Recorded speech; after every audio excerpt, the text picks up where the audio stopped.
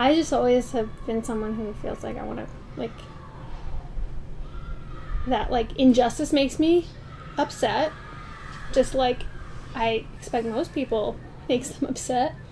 And, like, and I also like to participate in my world that I'm in, you know, in some way. So these are just things that come, like, they're part of, like, living a rich life. Yeah. And, you know, it's not, I've never really had that identity. I don't feel like, oh yeah, like, activist, like, being an activist is an important thing. It's like, I think everyone should be an activist, you know. I don't think it should be an identity group.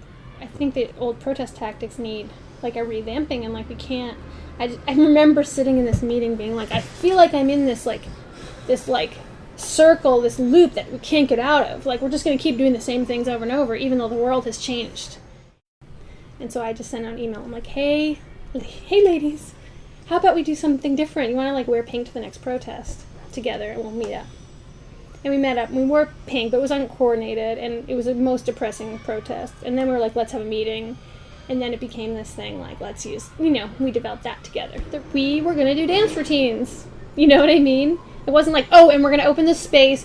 Oh, and we're also going to have this seminar. And, you know, it wasn't like this it was just, it was like, it was much, I mean, one of the things was that we learned a lot of lessons. I felt like some of us, including myself, learned a lot from Lady Fests.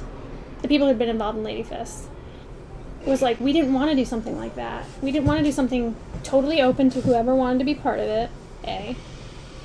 B, that was just so massive and overarching, and, like, this, you know, like, it had, you know, 4,000, you know, just, like, all these, so much, more.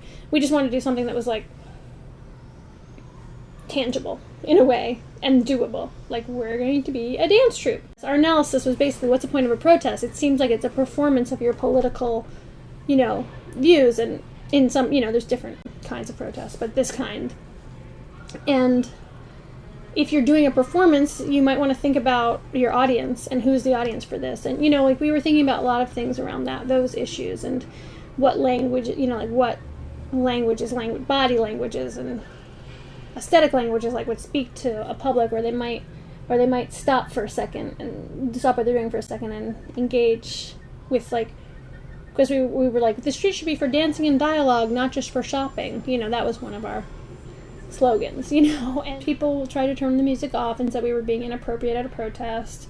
Sometimes people would dance with us and loved it. Sometimes people, if it wasn't in the context of a protest and it was just, like, our own actions, people, it was mixed. Like, some people were very interested in what we were doing. It always caused a scene.